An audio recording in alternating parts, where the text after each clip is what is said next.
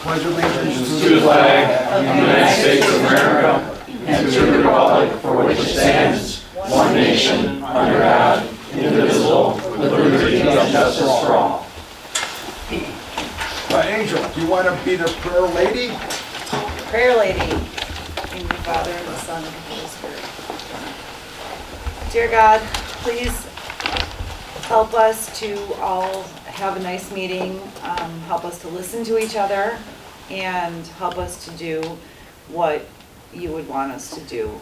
Thank you for bringing us all together, and please let us keep our hearts and minds open. Thank you, Lord. Amen. Amen. Okay, clerk can call the roll. Sure. Thank you. Trustee Shake. Here. Trustee Bonomo. Here. Supervisor Balich. Here. We have a quorum.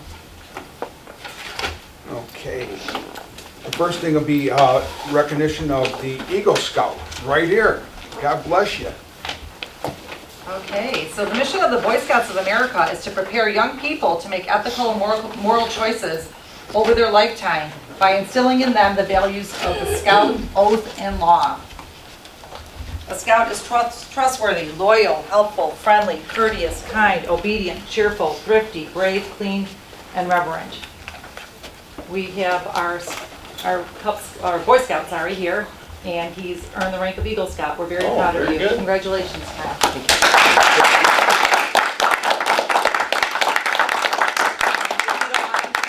I get a picture with Supervisor Balich? This side. And will Kyle's parents please come up here so we can get a picture? Thank you.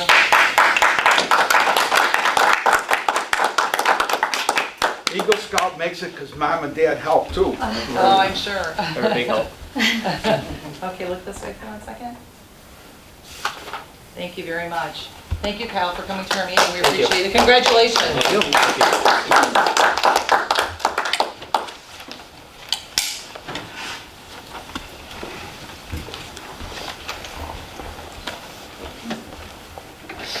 Okay, we have presentation by Hero. We have Mr. Roberts going to speak to us. Well, I came here to offer my help, and I know a few of you on the board. This is the guy, boy, wait till I talk to him. I came to the meeting, Rob. My name is John Roberts. I'm the president of the Heroin Epidemic Relief Organization. And I promised, it was born here in Homer Glen. I don't live in Homer Glen anymore. I moved away. But I hope you've heard of my organization. It's called Hero. And I heard some very alarming things are going on. And you know, I wish all the young men and women in this country, in this township, were as good as this young man. We wouldn't have you wouldn't have me here speaking. But in my case, my son, Billy, the reason we started this organization, my son passed away from a heroin overdose back in 2009. As Steve knows, I'm a retired police chief and formerly Dr. Roberts of Lewis University too, but all that went to the wayside after I lost my son. It's one reason I don't live in Homer anymore. The memories are all bitter with that part of my life. But you know what? At a time right after that, this city, this village came forward and helped me and Brian Kurt, another dad who lived here in Homer Glen, to start Hero. And we've heard and we've always tried to help Homer Glen whenever we could. But recently it came to us that, and this is very alarming, but I think you should hear it, that frequently it's referred to as Heroin Glen now. And don't be embarrassed or shocked. It's happening everywhere in our nation. I read an article recently, every county in our nation has felt the sting of what my family went through. We started Hero just for this reason, that no family should ever get the news that I got on September 20th, 2009. And the next day, I assembled my family at the dinner table and I said, so that Billy will have a longer life than 19 years on this planet, we're going to do something that will help other unsuspecting families, and we're going to protect them. I've been doing that since that day. And then, like I say, Hero was formed here, and we held our first march and rally, and when we turned to the city, They didn't know quite what to do, but they were fair and they were honest, and they gave us all the help they could. And we held that inaugural event. And back then in 2009, the epidemic wasn't quite as bad. I gave our name Hero, an epidemic, because of what I saw in the data. But that year there was around 30,000 deaths. Last year in this nation there was 108,000. There are 20 to 25 million people in this nation right now who have a substance abuse problem so bad that they need treatment. 90% of them don't think so, and if they did go to looking for the treatment, they wouldn't find it. Ladies and gentlemen, we have an epidemic going on in our nation. We don't have enough treatment facilities. We don't have a lot of help for those people who are being made sick by the drug pushers. Now, as a former cop, if you want to know where my hate goes to the people who are peddling the poison to our kids, like to my son. And now that is much, much worse. It's not heroin anymore, it's fentanyl. And they're putting it into pills with a pill-making pill press. And they are sending it, they just caught 54 pounds that was on its way to Detroit. 54 pounds would kill most of northeastern United States. It's just that deadly. 2 grams would kill one person, so 54 pounds. Do the math. This young man can probably help us with the math. Metrics always got me. But the bottom line is we have a very serious problem. Now, I've attended two meetings down the street, and we're already making arrangements, and my daughter Bonnie, our community outreach coordinator, Bonnie Thompson Roberts Thompson, however you want to do it. We are going to be there all 4 days, and with our trailer. The trailer is a mock-up of a teenager's bedroom, and parents will be allowed in. No, sorry young man, even somebody like you, unless you're 18, we won't let you in. But we show parents what to look for and how to spot the early signs of substance abuse so that they maybe can save their child's life. That's the first thing that we offered. But we said that, and the school year is almost over, but I've been coming to these meetings for a while. I'd love to go into these schools. I've been in several schools recently, and it's sad that I never was invited to the school where both Brian Kirk's son and my son went. I'd like to get into the Lockport School and talk to the kids of this region. I mean, this is still my community. I live in Tinley Park now, but this will always be. When I retired from the Chicago Police Department, in my early speeches about Hero, I would say I moved to this dream house in this beautiful village, and guess what followed me from the city? Well, as it turns out, that problem is now, now everybody in the nation has to worry about it. Even rural America is getting devastated by this drug. So I'm here to make you aware that I think most of you know. I credit all of you with being fully aware of just how bad the problem is. The media doesn't do a real good job. Fox TV does. Every day there's 2 or 3 stories, but not enough people in the nation know we have a very, very serious problem. And the ones that I'm most interested in, please help me get into the schools, the middle schools, the high schools. If we talk to our kids, let's take the market away from the cartels. That's always been. I'm trying to get a law passed. Maybe Steve, you can help me with the board on that. But we have to get a law passed so that our kids are warned about, well, the DEA's motto, 1 pill kills. That's how deadly fentanyl is. A DEA study just released shows that many of the pills have more than 2 milligrams of fentanyl in it. They did a survey and they had as much as 5.1 milligrams of this poison in these pills. Any teenager who takes that pill that he gets in the mail is dying that night. So we've got to tell the kids, for God's sake, don't take the pill. We can do it with parents and family, we can do it with our schools, we can do it with our local leaders, but I think we have, if you guys are interested, Hero can come out and do an awful lot. We visit schools all the time.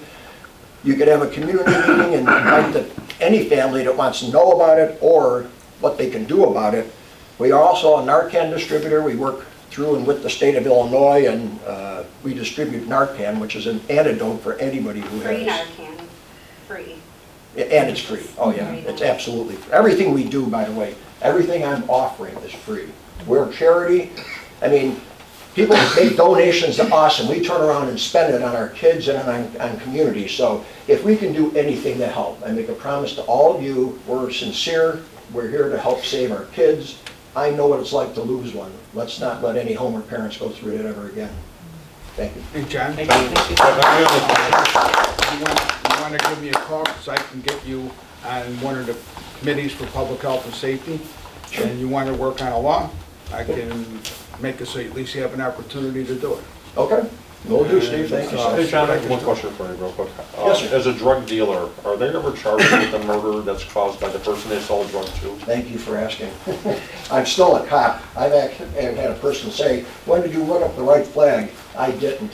Those two are from a group, another Chicago police officer runs in Chicago, Carrie Almanza, and she, it's drug-induced homicide. And I visited with every state's attorney in northern Illinois, and now they are prosecuting it more often. There is a book on the drugs, there's a drug law on the books, that anybody who makes a sale to another person of any of the substances that we're talking about here tonight, and that person dies, you can be charged with drug-induced homicide.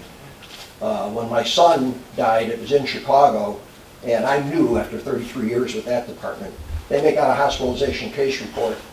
And, but now we've got an agreement with most of the state's attorneys. I've been told Kim Fox agrees with it, but she's leaving office soon, so we have to prosecute. You know, it isn't enough that I could, as a former homicide detective, I knew nobody was gonna look for my son's killer. I mean, I asked and I helped them, I did a lot of things, but it just didn't happen. So I've been fighting for this, and Chicago Police Department now trains all new detectives. They are going after this. They are going to start prosecuting cases more and more and more. I know because I've trained 2 of their classes. So we've got to do that more. Just like some young man who gets sold, God forbid, and becomes addicted, he's the victim of a drug crime. That's how I view it now. And the person who did that to him is the person who sold him the drugs, and they should be suffering in prison for as long as we put them there. They're hurting people. And we're just losing sight of who are the victims in a lot of our crime situations. But absolutely, sir, you can count on me. I've been fighting for it, and I actually support it. My lectures down at the police academy.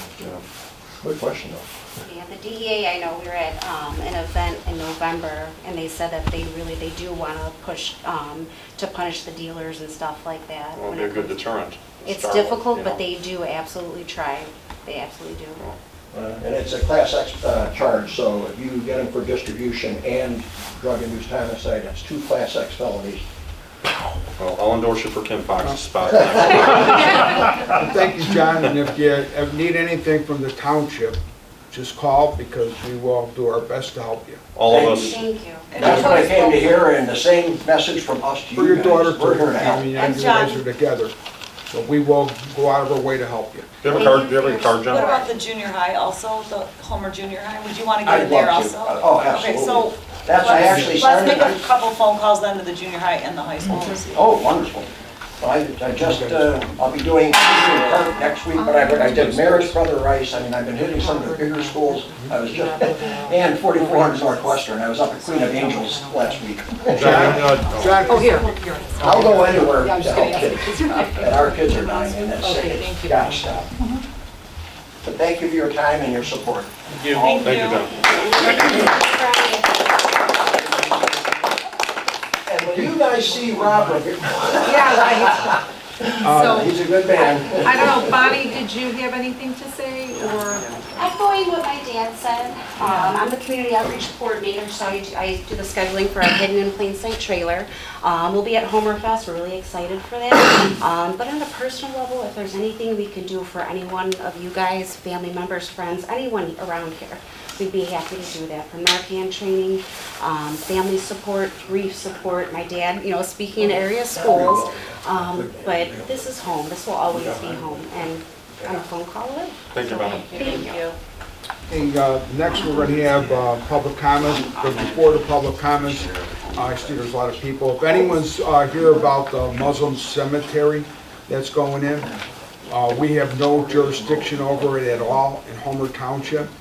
It's all going to be done by the county, because they're the ones in charge of it, just so you know up front. So, I mean, you can say what you want, but we have no vote in it. It's going to the county tomorrow, and there's an agenda item for a text amendment to change the current laws. And I don't know how what's going to happen, because whatever goes down there is going to be a vote of the board, and there's 23 22 people voting, and there's a tiebreaker with the county executive. So nobody knows how that's gonna come out. So, I mean, you can say whatever you want, but I'm just letting you know. So at 9:30, or 10:30 tomorrow, am I going to run? Yeah, no, 9:30, right? 9:30 tomorrow at 302 North Chicago. And that's the landfill committee. 9:30 or 10:30? No, you know what, I think it's 10:30, I'm sorry, I wrote it down, and you know what? It's been a long, no, it's not there. It's been a long day, but if you look on the county agenda for land use, you'll see it, and I believe it's 10:30, you're right. You have to excuse me, it's been a real long day, which is good, because it keeps me healthy. But, so, just so you know, there'll be a vote there. So maybe there'll be a vote if we, you know, an actual, I don't know exactly. We have it down for a vote, but I don't know if it'll happen. Because you don't know until you get there with this. Because this is all surprise to the entire county board. So a lot of these people don't even know about it. So anyway, with that, you want to call the people up? Sure. The first person to sign up was Mike Carlson. Mike? I just wanted to give everybody an update on the dog park. I went out on my own time and I reseeded the one side of the dog park. So it'll be about 3 weeks before we'll start seeing germination going through it, but I heavily seeded it. I volunteered my time to do that, and I had talked to some people out there. If we can get a couple extra picnic tables out there, one on each side, it would be great, because the one picnic table is like, it's just too crowded, and then people are standing around and they'd like to sit down because somebody said something about they want to eat lunch out there with the dogs and all that stuff. So I said, I'll see what I can do. I'll ask the board. I'm asking you guys now if that's possible. We can get a couple picnic tables out there. And then once that seed germinates, then I'll go do the other side. And then we'll wait a few weeks on that and reopen it. And we should have beautiful grass there and no more mud. Thank you, Mike. Yep. Thank you, Mike. Normally, we don't converse during this type of thing, but I want to make sure everybody knows that Mike paid, the township did not pay for any of the work or any of the seeds or anything. So the entire thing was done by Mike Carlson. So that's an important thing for everybody to know, so they don't think that when you don't see a bill on our stuff that we hid it on you. There just isn't a bill, because Mike did it on his own, and we thank you very much. Thank you. Thanks, Mike. Okay, next is Gail Schneider. Gail? Thank you. Oh, sure, thanks. Gail Snyder, Village of Homer Glen and Homer Township resident. This administration has shown every effort to keep the public in the dark regarding what you have tried to do with open space parcels since coming into office. One of the things you have done with open space were part of your original campaign to get elected, kept your agenda for open space hidden, and continue to do so. You've deliberately moved all plans for open space properties to private meetings so the public would not know what you were planning. You structured the members of the group making plans for open space strategically to avoid having to conform with the state's Open Meetings Act. This is how you avoid the transparency that the public seeks. The township trustees have been complicit in allowing this to occur. I'm disappointed that two of them are not here. Neglecting their duties as trustees. Nobody elected the highway commissioner to plan an event center on Trantina Farm, yet that seems to be exactly what is happening, and without oversight by the elected board, because no plan has been submitted to them. They seem okay with that. Ignorance is bliss, I guess. At the last township meeting on April 11th, 2023, no member of the township administration mentioned that bulldozers would start working on the Trantina Farm the very next day. This was a deliberate effort to keep the public from knowing, objecting, or possibly preventing the work. The permit the township applied for at the village is for a parking lot. It's not for a building, but your agenda this evening says it's for a building and a parking lot. Residents approved an advisory referendum to seek a grant for a pole barn, 990, saving the community $200,000 on a parking lot or a parking lot and a building site that you have no permit for. Nobody has approved a plan. Certainly the township trustees have not, the village has not, and the public has not seen a plan. Since only some of you seem to be in on what the actual plan is, I have some questions for anyone on the township who can answer them. Where is the plan, and what is the process used to evaluate and locate the site of the parking lot and building on the Trantina Farm? How was the site for the parking lot chosen? Was this just a plan drawn on the back of a napkin? Is this the kind of quality planning and respect for a public asset the community is supposed to accept? What portion of the area now under topsoil removal is a parking lot, and what portion of it is for the building? What is the exact location of the free clay that is coming in? What will they test the clay soil for? Thank you. Thank you, Dan. Okay, next is Margaret Sabo.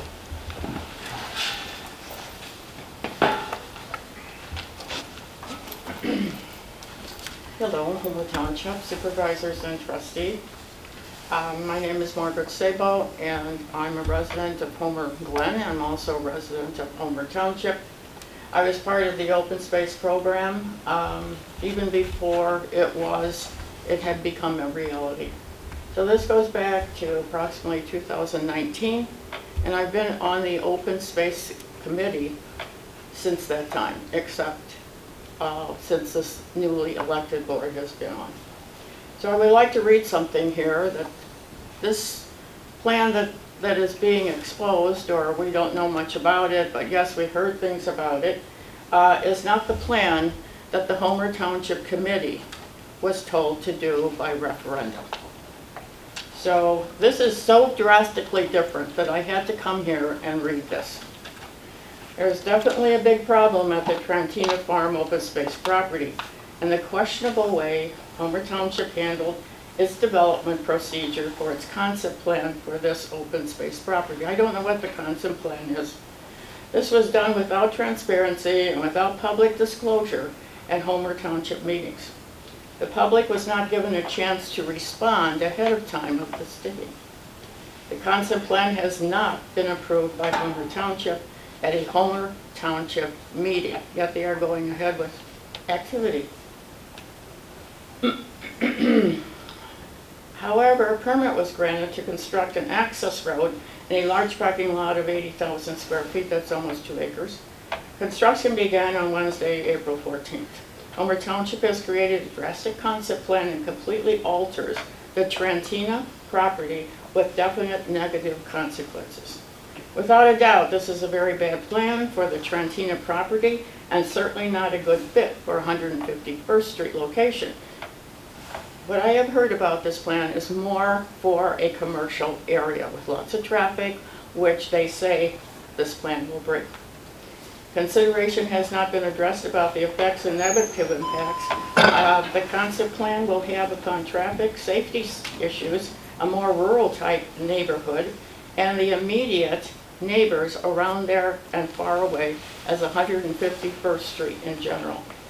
Will that street be widened because of this? What kind of traffic will it bring to a very rural area? Among many problems, what about the Austin Welter barn? I've heard that we're going to save it, we're going to burn it, we're going to knock it down, we're going to repurpose it for $200,000. Margaret, 15 seconds, please. Pardon me? 15 seconds, please. Thank you very much. We also are concerned for the historic barn. We have read a lot about it.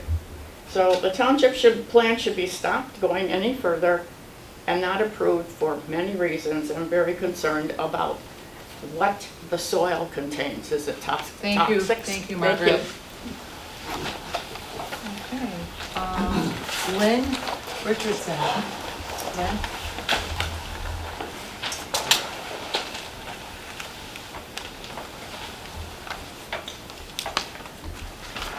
Good evening, my name's Lynn Richardson. Good evening to all of you. I live in Homer Township. I've been a resident for 31 years. I just have a few questions here this evening. Obviously, I've never heard of so many surprises in my whole life. Everybody's surprised about everything, it seems like. But I live on Meter Road, and I was at the Homer Glen meeting a week ago. Are they doing road construction on Meter? Is there going to be resurfacing or? This year, yes. Okay, what, can you tell me what's going to be done, and is it all of Meter Brent Road? will cover that in his report.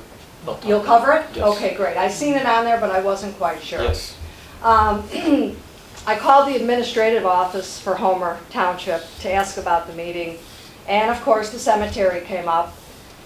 I don't understand being told on the telephone or cell phone why Homer Township has nothing to do with the cemetery that sits on Meter Road in Homer Township. How does Homer Township not have anything to do with this? Can I'll tell anybody you, explain that to You guys are all me? done, I'll stop right now. I'm sorry? I'll explain it again when you guys are all done Okay, with public because, comment. I mean, obviously they're using the roads that I pay real estate taxes on and everything else. How does it not have anything to do with Homer Township? I was so taken back when I called the township about it, but anyway, a lot of the things were covered over the farm. A lot of my questions were answered, so I really don't need to ask that, but thank you for your time. Thank you. Thank you, Lynn. Okay, and Rose Reinertz. Hi, Rose. I really just wanted to reiterate a couple things for the residents. As you know, I am a Homer Glen Township trustee, not a township trustee, sorry. A few of the things that I went to the meeting the other night myself, and I listened, and I was very disappointed at the fact that there were not answers given to the residents of the township, like yourself, that nobody was prepared for that meeting. As a trustee, it's our fiduciary responsibility to take care of our residents. And part of what was done there, to me, was nothing more than a photo op and a dog and pony show. And if I was a resident who lived in that unincorporated area of Homer Township, I would be on the phone with the EPA and with the Illinois Department of Regulations that regulate cemeteries, and I wouldn't get off the phone until they answer me. And I'd show up at their office.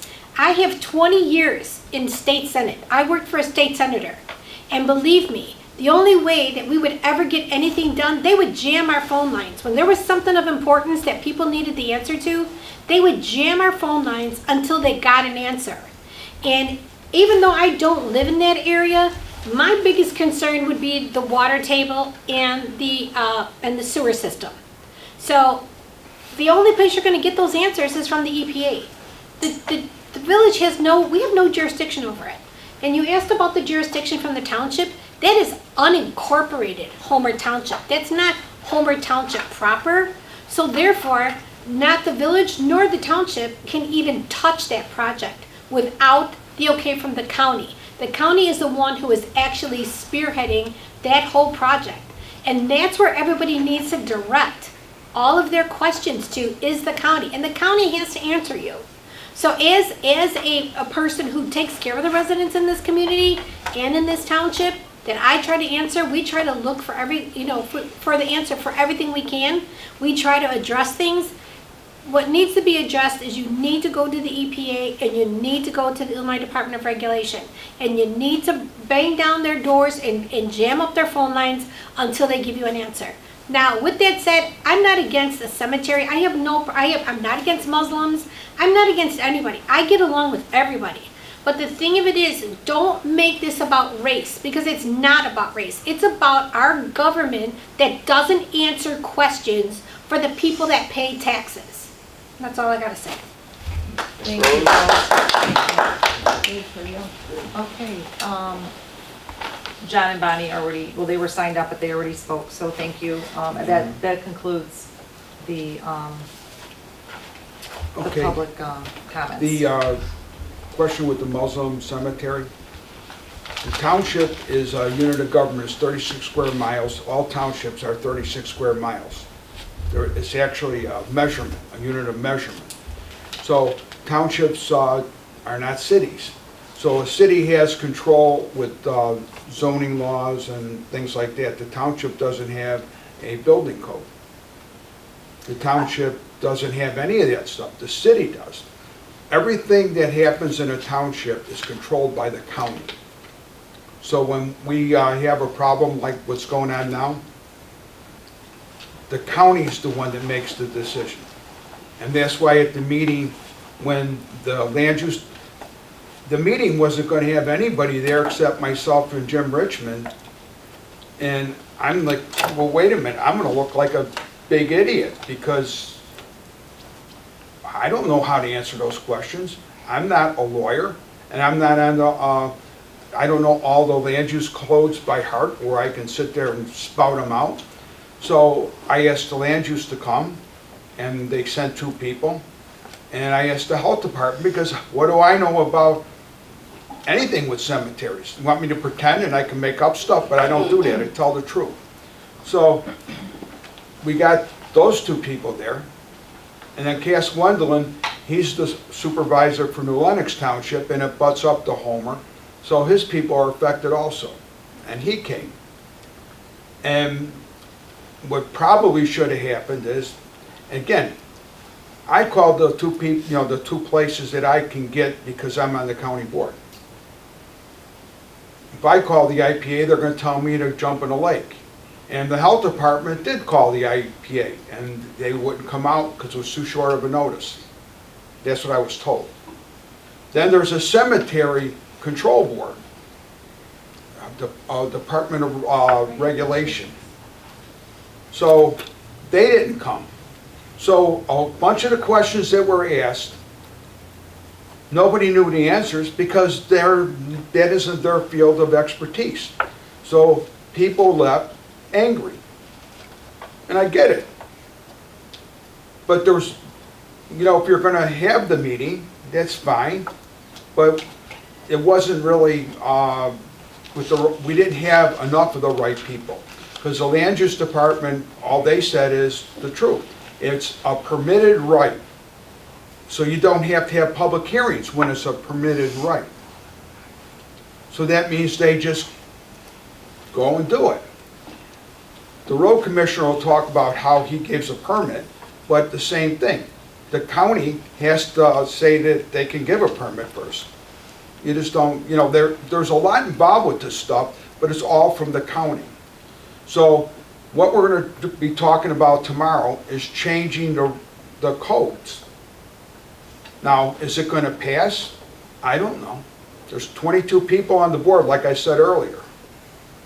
So I can't tell you how any one person on that board is going to vote. And I don't think it's a Republican Democratic issue either. So I think there's people on both sides that have different opinions. So I have no clue.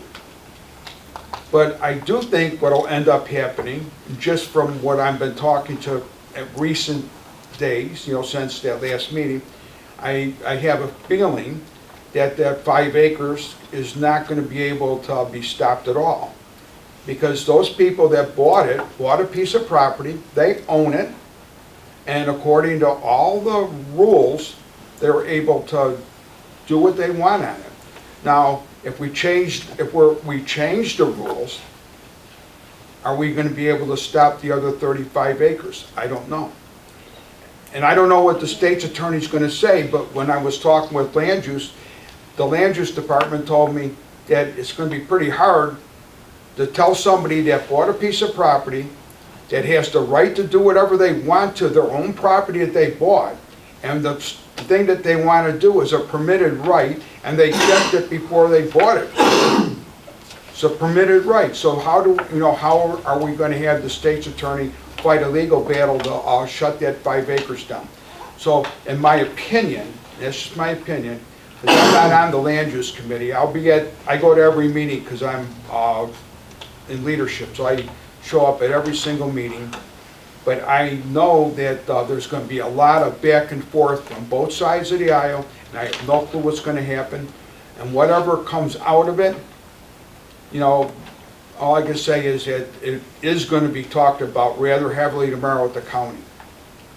Because the people that were at the meeting, myself, Frankie Pretzel, Jim Richmond, we've been talking to our caucus, and everybody knows what it is, but nobody seems to really want to commit.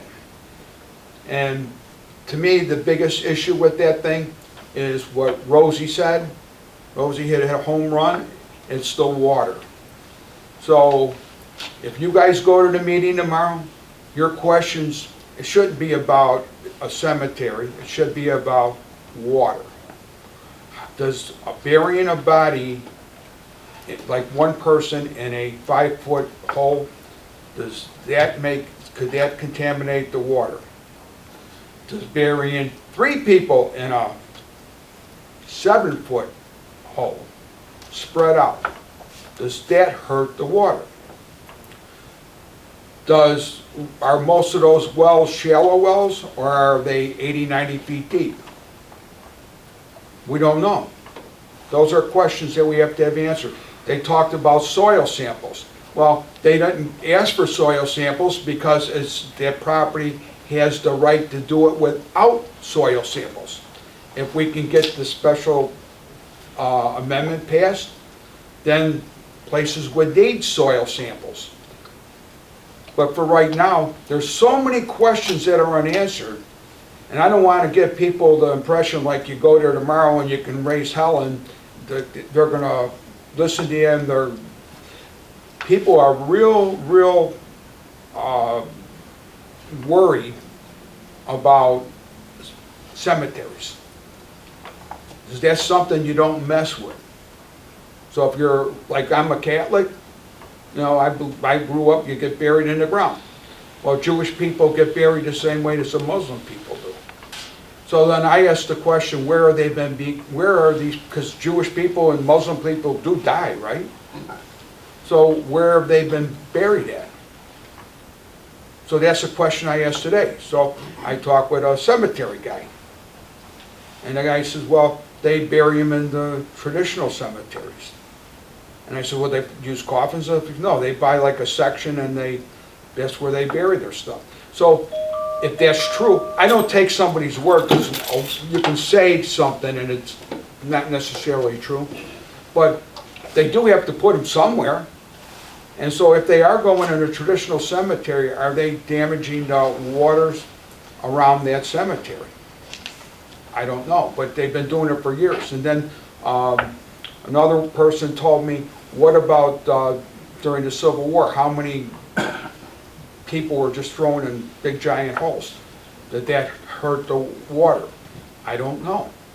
But this is modern times now, so when that guy from the health department was talking, he said that the soil had to have certain types of pH and certain consistencies and stuff so that the body would decompose properly. If you guys remember that, if you were there. Mm-hmm.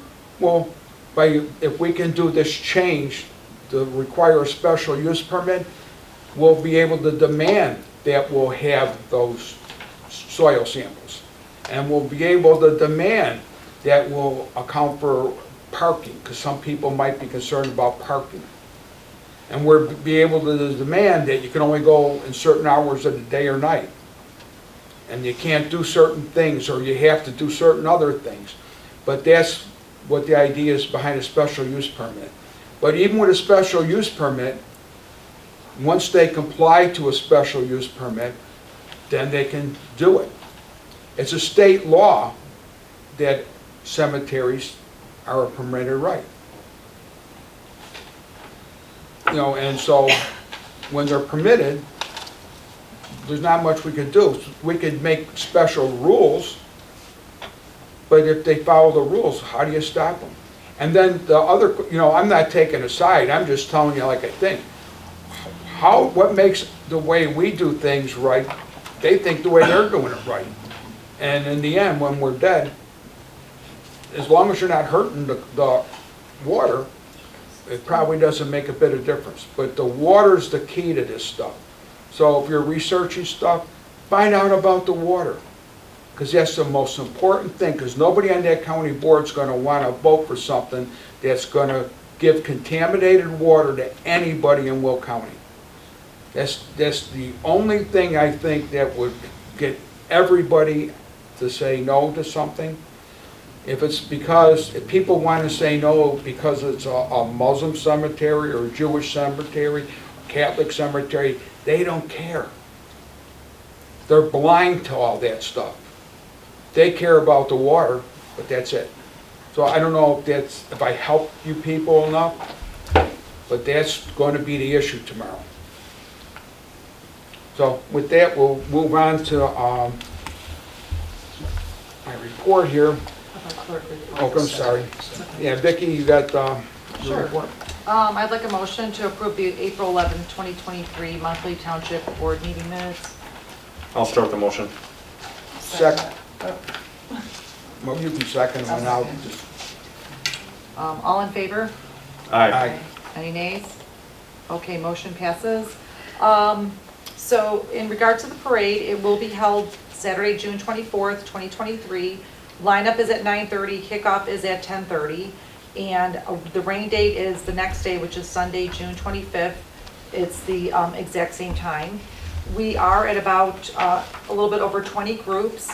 And also the Shriners are going to be joining us. They're going to bring anywhere between 10 and 25 groups to be in our parade. So I'm really excited about that, all their different little activities that they have, including some classic cars and those carpets. So that'll be really nice. And if anybody else wants to sign up, please, just go to our website and there's a link there, or you can contact me and call me here at the office, or email me at vbozen@homertownship.com. So we are looking for a few more groups. Of course, we'd love everyone to join us on that day. In regards to the Pet Expo, we have about 20 vendors. I would like to get a few more if possible. It is Saturday, June 17th, 2023, from 12 p.m. until 3 p.m. right behind us here at Town Center Park in Homer Glen. Jim Shake and Jay Rohde are working on the pet pantry, so we are working on that still. And I am also looking for volunteers. Probably as many high school age students as we can get would be great. They can use volunteer hours towards their graduation. And also we could use some adult volunteers. If the adults are interested, the volunteer application is online, or again, you can call the office here or email me, vbozen@homertownship.com.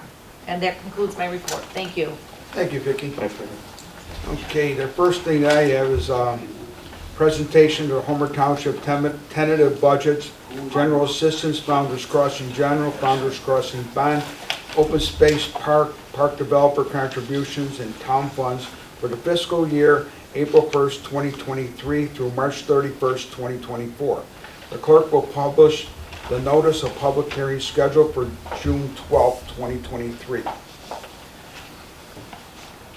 Then I need that's just informational. Then I need a motion to dissolve the Committee on Local Government and Efficiency Act. I'll make that motion. I'll second the motion. Okay, all in favor? Aye. Any nays? Okay, motion passes. Thank you. Notification to the residents that Homer Township will be installing fences on the properties belonging to Homer Township where encroachments are occurring. And that would be on the Paul property and the Welter property.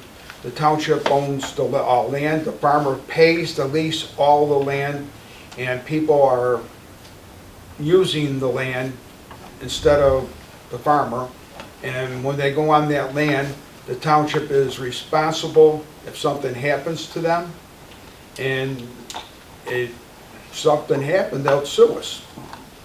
So we have to make sure they don't go on it, so we're putting a fence up so that they know that they can't go on it. And I don't know if we're out to talk to the attorney, but I might have to put no trespassing signs up along with the fence too. Is that true? I don't know that it's necessary, but we'll talk about whether that's But advisable or not. we're gonna find out, but we're gonna put it up at the Welter property, and we're starting as soon as the weather breaks. We don't want the guys to go out in the mud.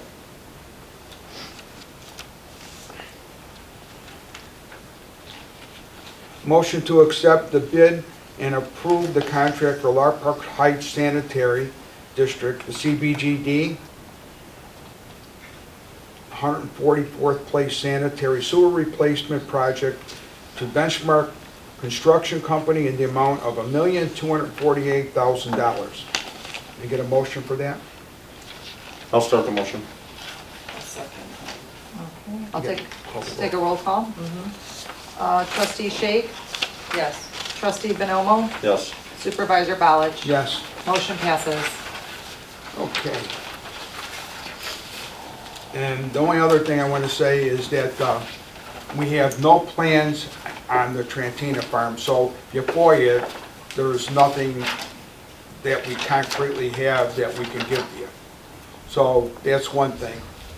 Our highway commissioner will talk more about what's going on now. But we are brainstorming about what we can do there. And, you know, when you say it's, like certain people say it's not, we're not able to do what we want to do to it, that property is not open space, it's A1 with ag tourism. And even if it was open space, active and passive recreation on open space is a legal use. And that we're calling it a civic center once we figure it out. But we're planning, like I said, we would like to see a basketball court in there for wheelchair basketball, because we have a lot of special needs kids here. So if the people don't like it, let them complain, but I think that's important that we take care of the special need kids that play basketball, because our kids got to go all the way to New Lenox to play basketball. Then we also need more room for our seniors. If we can move the wall and we can put tables down, and we got somewhere for the seniors to play bingo, because our senior group is growing to be a big group. So we need to accommodate them. Then we have theater groups here, and there's nowhere for them to go to have a show. So we want to have a stage. So we're going to end up with a place for the theater groups to put their shows on for their family. So if you're talking about active and passive recreation, those are things we're talking about, where there'll be a kitchen in there. And so we were thinking that maybe we could have cooking classes for people. And then there's outside of the thing, like Mike Bonoma was talking about, gardening with the seniors in the summer. So there's a lot we can do, and none of that stuff would fall out of the realm of what is illegal by state statute for open space. And like I said before, it's not open space, it's zone A1 with ag tourism. So people can be disappointed or say it's not true, but that's what it is. That's how it's zoned. And even if it wasn't, remember this, even if it wasn't, it's active and passive recreation. It just isn't for corn. It's for people. And originally, when they bought that stuff, that was called open space, but I don't want to get into why it's not, because it's a little messy, and it'll take a long time. But when they bought that stuff, there's a plan called the Bouchot Design Group. They planned big structures on it, swimming pools. You wouldn't believe all the stuff that's on that plan. And that came from the open space rules saying active and passive recreation. And we got the design. It's from 2002 or something like that. So let's be clear about this. The people that don't want it, it's a political issue with them. Before they bitched because we didn't do it, now they're bitching because we're doing it. So guess what? We're moving forward because it's in the best interest of all the people to do this. So with that, we'll move on to the next person's report. Well, we also need to mention that Welcher Farm was originally zoned open space, and people in political position actually sold acres of that, and now Welcher Farm is no longer open space. That's not true. You know, you guys are really twisting the information. You are lying. You're lying to people who know. You're out of order, Margaret. Thank you. Okay, Brent's report. Okay, Brent Perfil, you're the Highway Commissioner report, and if you want to touch on it in your report with the Trantina property. Yeah, Gail, Lynn, and Margaret had some questions. I'm going to try to provide answers to as many as I can. So I was asked by Mr. Balich, since I'm a professional engineer, to start up and try to help with getting this project off the ground at the Civic Center. There's no formal committee or anything like that. He asked me to try to get it going, and that's what I'm doing, because that's what I have a license for. So that's how that started. The things that I can tell you about Trantina Farm. So last month, there's an agreement that the township has with M&J Underground. They're the contractors that are bringing in clay fill that's going to be used for the building pad that he was talking about. And also, when you have a building, you need parking for it. The parking that's out there now is not, there's not enough. So you also need to have a parking lot out there, okay? So, so both of those are necessary assets that we have to have out there. So, on any farm, you have anywhere from 1 foot to 2 feet of topsoil. You cannot build on that. It's got to be stripped off, and then clay has to be brought in, and it's got to be leveled out. Okay, so that's why we need clean clay fill out there. And I was able to get over 5,000 cubic yards of clean clay fill from M&J Contractors. And they're also doing the stripping of the topsoil in the areas by the building and by the east parking lot in order to bring in the clay fill. Okay, so that determines where the clay fill is going right now, and the quantity that they're giving me was even less than what we're going to eventually need, but it's saving us a lot of money. And I think the amount of money is in here, it's over 200,000.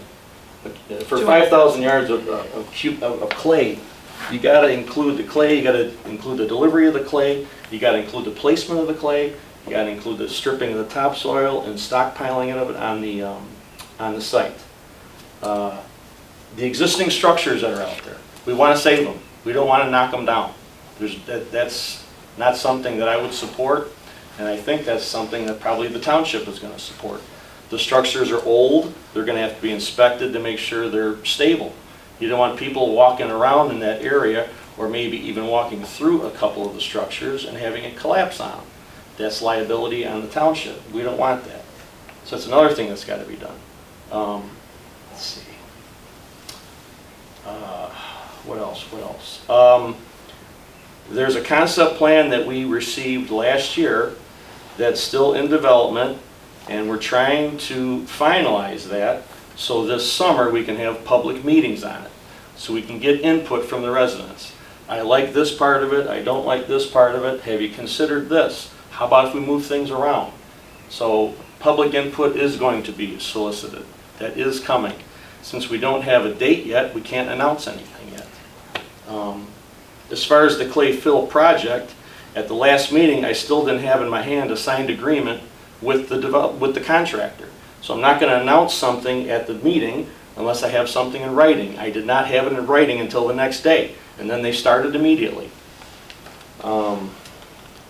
Is it clean clay fill? It's up to the contractor to test it before I get it.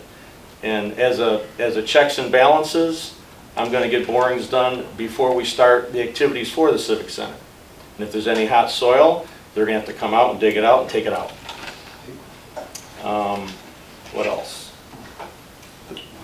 Brent, the choice of the location, how Yeah, did so, it come about that? so the building is going to try to be, we're trying to centrally locate it by the other structures that are there and work them into the design. And obviously, whenever you have a topsoil development, something that's all grass or crops, the water soaks straight down into the ground, okay? And it recharges the groundwater. When you pave it, it runs off, and there's contaminants in it and other things like that, so you've got to have stormwater management that takes care of that. So we're trying to work some little ponds in with fountains around the building, because it's things that we have to incorporate in the design anyways. So parking lot, building, water features, and that's where we're at now. The reason why we're doing all this is to pursue grants. We don't have a lot of money to build all this. Everybody knows that. So we're having some, we have a grant writer that's helping us. There's going to be a grant writer that's going to be helping us. So we need to provide her with a concept plan that's agreed to by the public. We need to have an estimate of cost for this thing to give to the grant writer. And that goes in the application. And then depending on how much money we get, can we build the whole thing? Can we build a phase at a time? We don't know yet. It's possible if we don't get any grant money, nothing's going to get built. I don't know, but I think isn't there money in open space fund for this? I don't know how that works. To interrupt you, but right now we have ARPA grant money that we're qualified for, and we also have money from the CBGD. Okay. And so, but the stuff that we got right now is not for the building, it's for the sewers, you know, the sewer. Infrastructure, okay. Infrastructural type things. Okay. And roads, you know, access, they're called. Yeah. Yes. But I that's what we're gonna get, but we will not raise any taxes to do this. It's gonna be a nice building when it's done, but we are not gonna raise your taxes. Our levy is gonna get froze again this year, just like last year. We're not raising the taxes. The first year we got in, we cut the daylights out of the levy. And Brent cut his levy 2 years in a row. Township cut it all the way down to the bone the first year, and then we froze it. And then we're gonna freeze it again. We're against increased taxes. We think government's supposed to represent people, not hurt them by charging them more money to live here. At the north half of the property, I don't know how many of you have been on there. There's a little gravel ring road that goes up to the north end by the warehouses and it curls back around. We want to leave the wetlands alone, God help us, we do not want to go there. We want to preserve that part of it. We want to preserve the creek that runs through at the north end. What we would just do is pave that road so people can go up that way and park and look and do whatever the nature walkers do. Look at birds, I don't know what they do, but the north half of the property is not going to be developed very much at all. We're going to focus on the south half of the property. What else?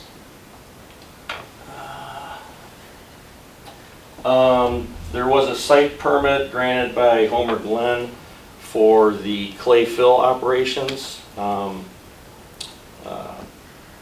I went out there, I go out there every few days and take a look at everything, and if you drive by there tomorrow, it looks just like flat dirt out there. They've pulled out 1.5 foot of topsoil and they've backfilled it with clay, and over the next 3 to 4 months they're going to continue bringing clay in and placing it on that pad over there. And that's what's going to be used for that east lot and for the building. The Muslim cemetery, I don't know what the name of the development is. I think that's the name of it. I don't know. I was not invited to the meeting last week. I'm at home eating pork chops, and they, Brent, you gotta come, you gotta get to the meeting. There's people trying to throw you under the bus. I'm like, oh my God. So I had my sweatpants on, and I showed up, and they put me at the front table, and the only exposure that I have, Lynn, was I granted a access permit to their property from Homer Township roads. They had to get that from me. The county provided a site development permit for phase 1. Now to me what phase 1 is, from what I saw in their plan, was it's like a 200-foot road with a cul-de-sac on it, and that's it. So all they have permission to do is grade and construct that entrance road. That's all. Anything over and above that is not allowed, either by us or by the county, land use department. I think the land use department has the... They have the last say. Yes. So I was out there today and they have the stone in for the road. The paving operations should only take maybe two or 3 days. It's a small roadway. And then that should be it. And whether or not they're digging graves right now within that 5 acres, that's... The township isn't told about stuff like that. I'm completely in the dark with that part of it. Things that worry me is traffic, because Meter Road does not have the capacity for large funerals or gatherings. I don't know, I know Muslim weddings have a lot of people. I don't know how the burials go, but I'm concerned about that part. So they said there's going to be 24,000 burials or something there. That's what their website says. Wow. So my question is, for if they get into another phase, is okay, well, how does that affect the roadway network? Are we going to have cops directing traffic at the entrance? Are we going to have to put up like a traffic signal or something? Are we going to have to add turning lanes on the street? There's a whole bunch of questions that I have, you know, if they go to another phase. But water quality, like Steve said, is a big issue because of the groundwater out there and the aquifer that's out there. It's very important that that water is preserved, the quality of it, and it's not affected by these burials, and they're going to have to monitor the groundwater. What I've seen in the past is ground monitoring wells put around the perimeter of properties like this, so you can sample the water and see if it's affected, the groundwater. And I think the guy kind of touched on that a little bit. I don't know if he went that far, the guy with the white hair, I don't know what his name was. The health department. The health department guy that was there last week. So, from my perspective as an engineer, I think the groundwater's got to be tested, and there's got to be some kind of investigation done before any more permits are provided on what's been looked at in the past in cemeteries of this nature. But that didn't come up either. So the county has got to, That'll be tomorrow. that would be tomorrow, but if you want my input as an engineer, that's what I would be concerned about. And whether your wells are 80 feet deep or 100 feet deep, 50 feet deep, whatever, eventually that leachate gets down into it, gets down into the groundwater. It'll happen, it's just got to be monitored to make sure. And then if it's bad, how do you fix it? Do you just say you're not getting the permit? You know, I don't know. But those are my thoughts on the cemetery property. And I think it's like a 40-acre property. And I looked on their website, and they got like buildings and all kinds of stuff on there. That wasn't in their initial permit. I don't know if that's their plan. But we did not give them an access permit to build any buildings. That's definitely not something that I gave to them. So, go Can I ahead. ask a question? Mhm. Has anybody spoken to a representative of the cemetery? Omar came into my office to get the permit. That's the only person I've talked to from any of them. That's Has it. anybody from the board here talked to anybody? They've not reached out to you in light of everything that's been happening in the last week? No? No. May I ask a question? May I ask a question? At the meeting, the town hall meeting about the cemetery, you had said that the permit was for 2 pieces of equipment and For you grading, did. yes. A bulldozer and a excavator, yes. Okay, all right. And it's been known and it's been seen that there were like 2 rollers,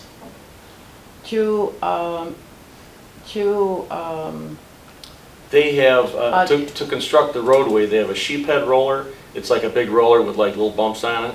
That's to compress the stone.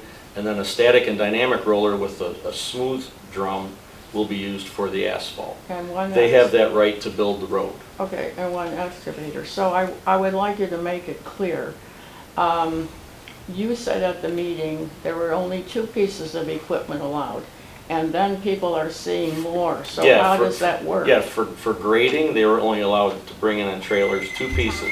But then they also have the ability to construct the road. I can't block that, but then it stops after that.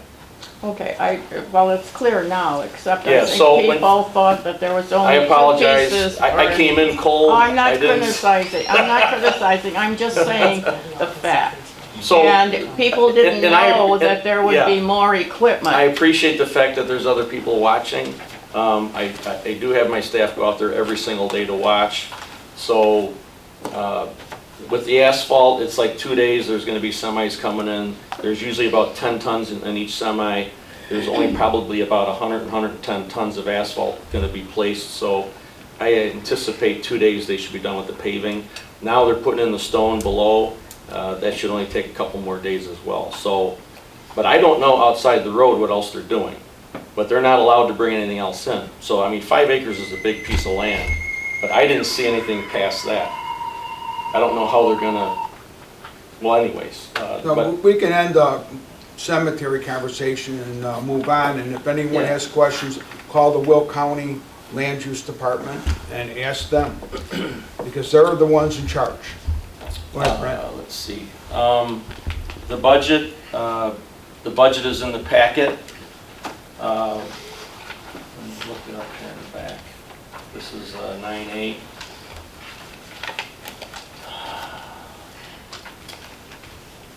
For the equipment and building fund, the tax levy is going to be approximately $250,000 next year, which is basically exactly what it was the previous year.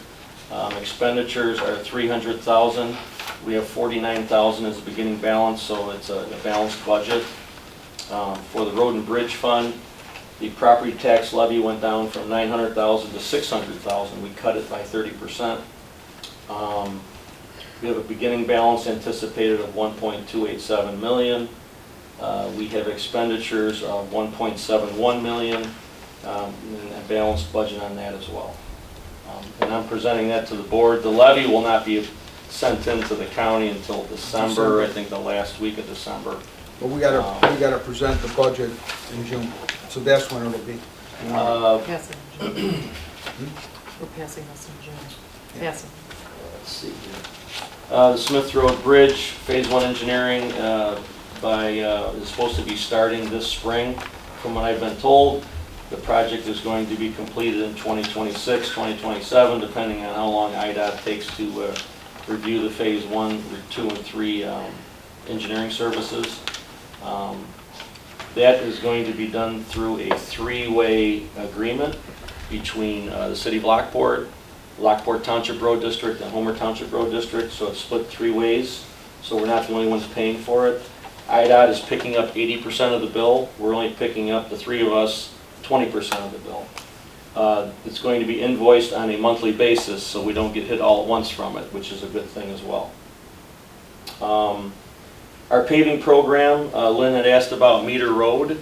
We're doing a 1 mile stretch of Meter Road by the cemetery, and I had no idea about the cemetery when I picked it. I picked it 8 months ago.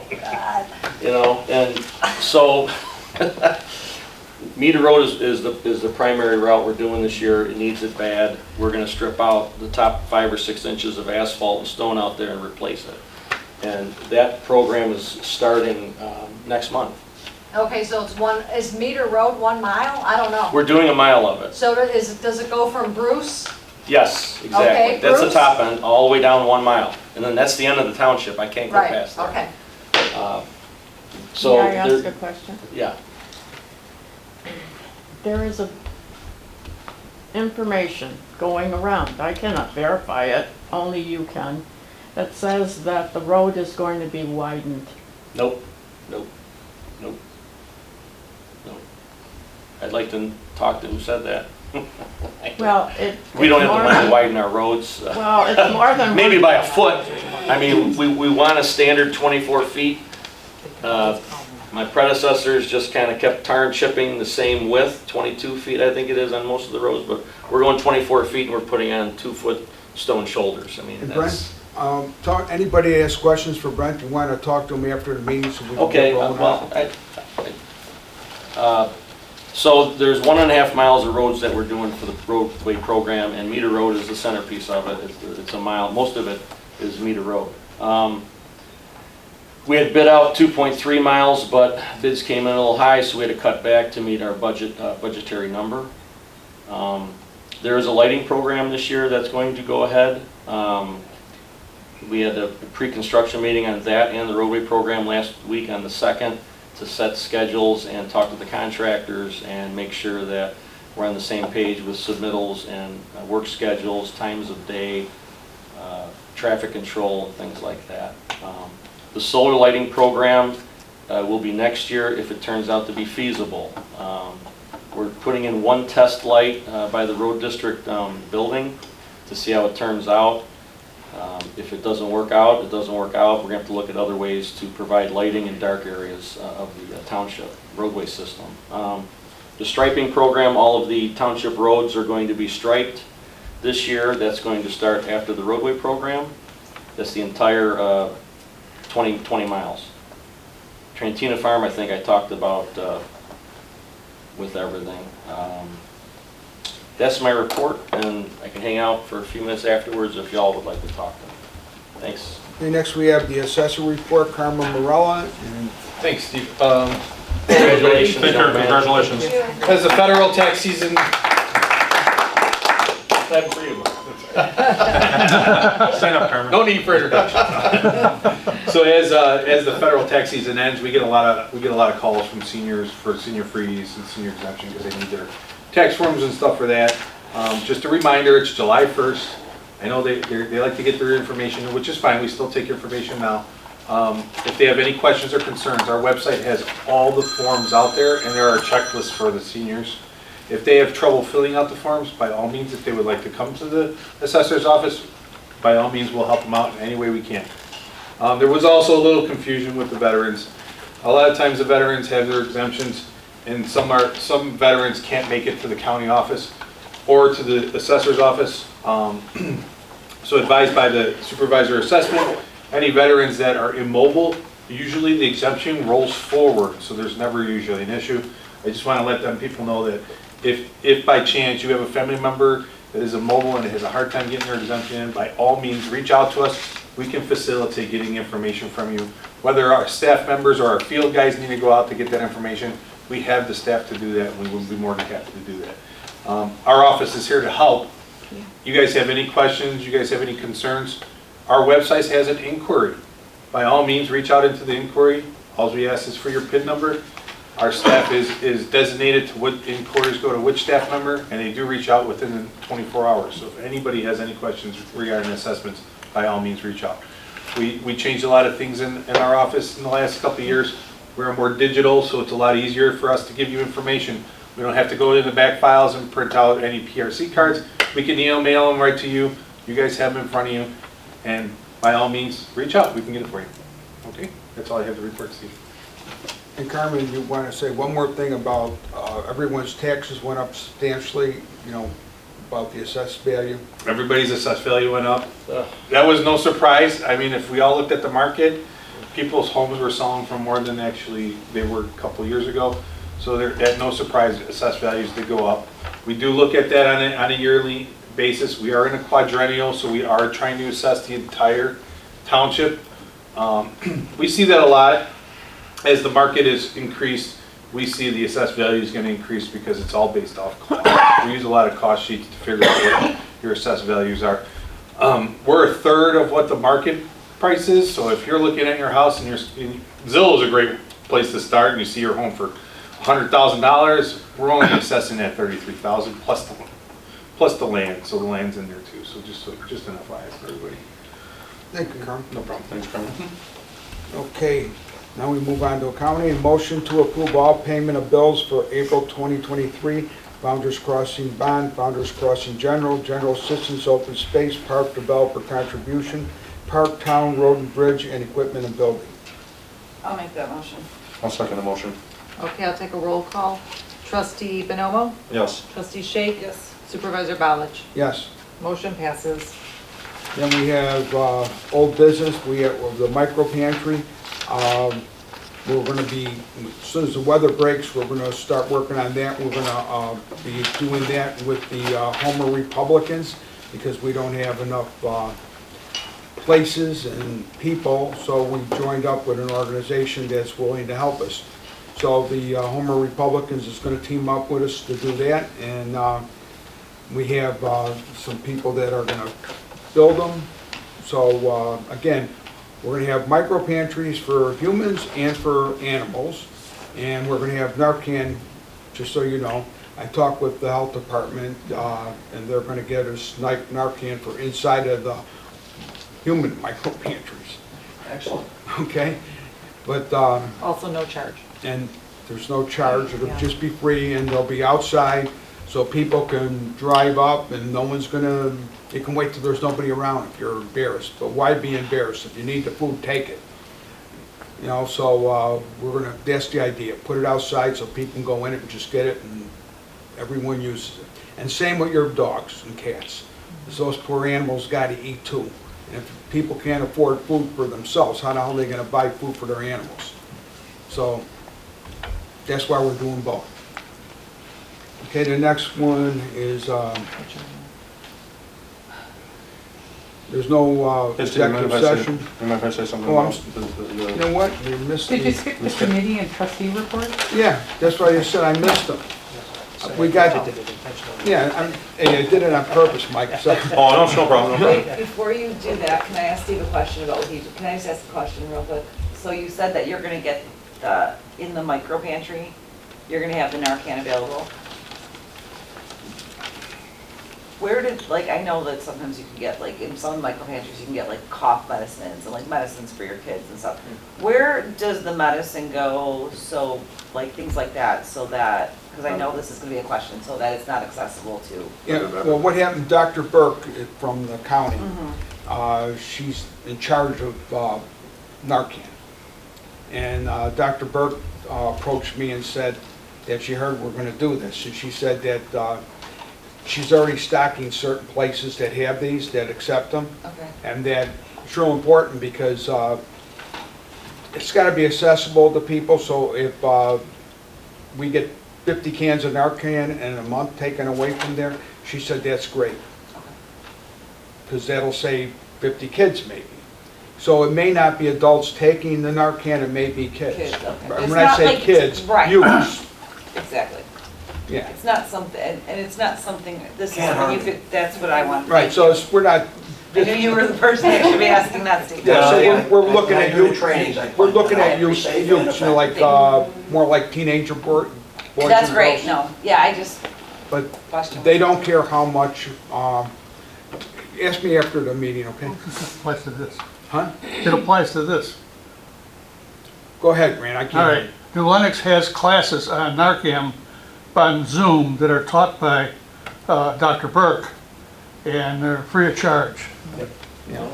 Perfect. And I'm sure John would have stuff too, but Yeah, I do I mean- them all the time, and we get it from the state free of charge, and that's why we're able to offer it free. and that's why Dr. Burke can too. And exactly. And if we don't get enough from her, we'll get it from you.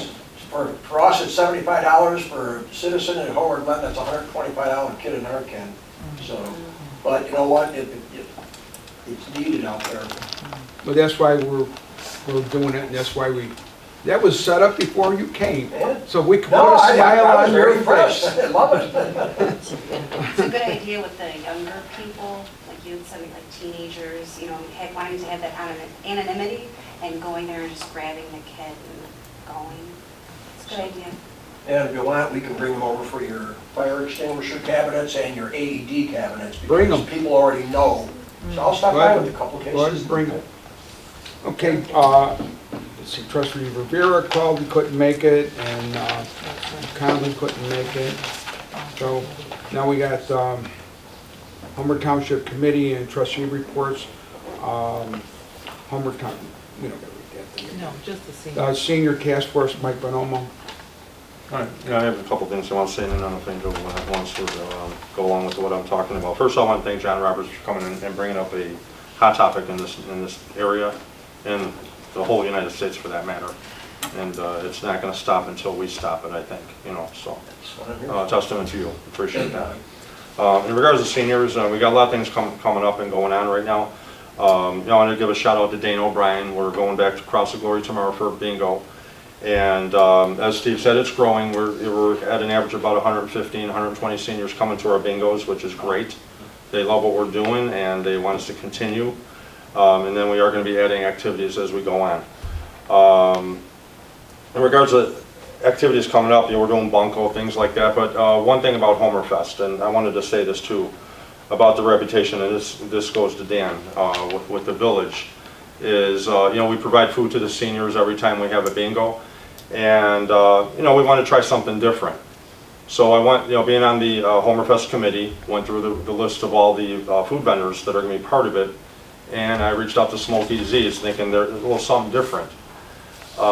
They were so thrilled to be part of it. The owner of Smoky Z's, what's his name, Bob calls me on a Friday night, says, what can I do for you?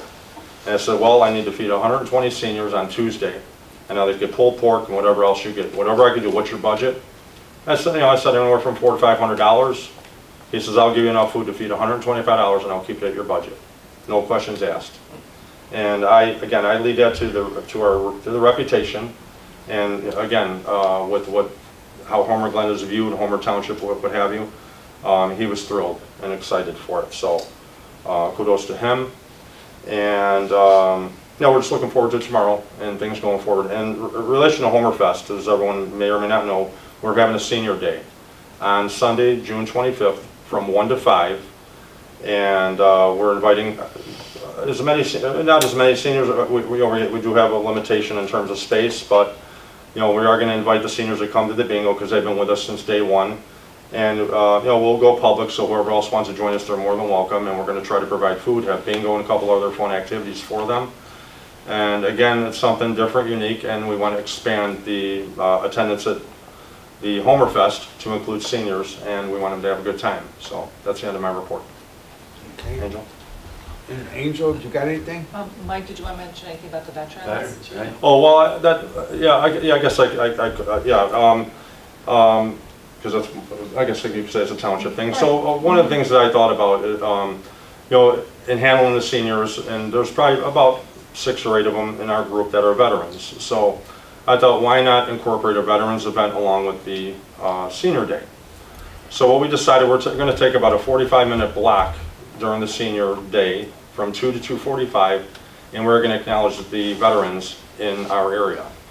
My goal is to represent the Navy, Air Force, Marines, Army, and Coast Guard with flags, tributes, and everything. It's going to be a joyous occasion.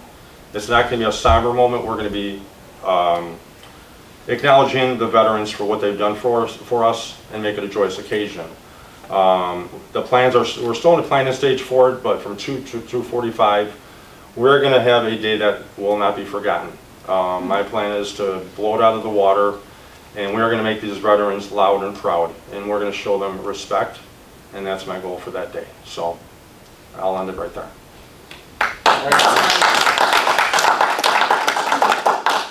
Ms. Angel? Just a couple things. So with the addition of a special needs committee, I've just been reaching out to a couple places. I used to work at Misericordia years and years ago, so I reached out to some people at Ms. North, Lamb's Farm. I'm just trying to get some ideas on different programs and like who they connect with so we can get some more information on that. So it's a work in progress, so that's going to take some time. The other thing is, not to get back on topic, but I have just a couple things. Everybody, this whole cemetery thing, like blindsided everybody, right? So as soon as we found out about it, we had like 2 days to do mass research. Couple things I found out, and I kind of still, I'm unclear about this, but now I was told by several people, by the Muslim cemetery group that I reached out to, that they bury bodies 3.5 deep, 3.5 feet deep, wrapped in a shroud. Now, something was said at that town hall meeting. Somebody had mentioned something about going 6 feet deep. So It's 3.5. it's 3.5, right? It's 3.5 Thank feet, you for yeah. clarifying, because that's what I thought. So then you talked about the trickle-down effect into the water. And that's per body though. Per body. They stack them sometimes. Correct, 2, 3 correct. bodies. But, so they were telling me, just to put some people's minds at ease, there's no mass burial going on. Nobody's dumping 24,000 bodies in a mass grave. People are, this is a respectful thing. They're not just going to, it's just like the Jewish cemetery or like the regular cemeteries. The only difference is, honestly, when Christians bury a lot of them, embalm, not everyone, but they embalm, that's super unsafe for the people that are actually doing the work, for the embalmers, breathing that, everything. So that part, this is just way more respectful for the environment. The other thing is, just for people that were concerned about things going through, like what time of day is this going to be or whatever. So the burial rite generally takes place after the afternoon prayer. And they like to bury their people the day that they, after they pass. It could be up to 3 days after, but it's always after afternoon prayer, was what I was told. So just so that clarifies, it's not like things are going to be going on all night. It's not going to go to they talk about sun up to sundown like regular cemeteries. It's usually it's after the prayer, which is usually at noon, Mm-hmm. and after that prayer, they bury from 1 in the afternoon until sundown. Yeah, but And it's 24 hours. Right, It's 24 hours. but they said it's rare. Like they Yeah. said, mostly they try to do it right after afternoon prayer because that's just the way their rite calls for it. So there's a lot of questions, obviously, everybody has, but I think people were just jumping all over it because nobody knew any information. And I just wanted to clarify that, do your research, because we could all only find out the same thing, but the water is the biggest concern. So, and that was it. Okay. And Brent, you got anything with the truck task force? No. One thing that I am keeping my eyes open for, though, is everybody's heard about the Center Point distribution hub in Joliet and Elwood and how it's growing in leaps and bounds. Obviously, sooner or later, that's going to affect us with truck traffic. So I ask at every meeting if anybody sees any kind of truck traffic on the residential street network, let me know if it's in the Homer Township unincorporated area so I can try to do something about it. But that's a concern that I have, and I took that to the county engineer and really didn't get any feedback. So, but that's a real issue. That's a real problem. But that's the only thing I have for the truck force. So if any of the residential streets subdivisions, whether they're just a main road off of a subdivision, you see a truck, you let me know where the truck was at, when, and that's coming. I don't think there's a way we can avoid it because we have main roads out here. 159th Street's an IDOT road. You have 143rd Street. You have 355. You have Route 80. That's all near our township or adjacent to it. So trucks use those routes. They're truck routes. So you got to worry about them coming through our residential streets. So keep an eye out for that, please. That's all. Does the sheriff have a portable scale truck unit? No. That would be, make tons of. No kidding. That would be a nice investment, wouldn't it? They don't, Spend too much time they sitting don't, in the park. they just write tickets right now. The state. There'll be a lot of changes coming after the new budget at the county. It's always an enforcement issue. So, with that, I need a motion to adjourn. I'll make that motion. I'll second the motion. All in favor? Aye. Anybody opposed? Motion passes. Meeting's adjourned. Thank you.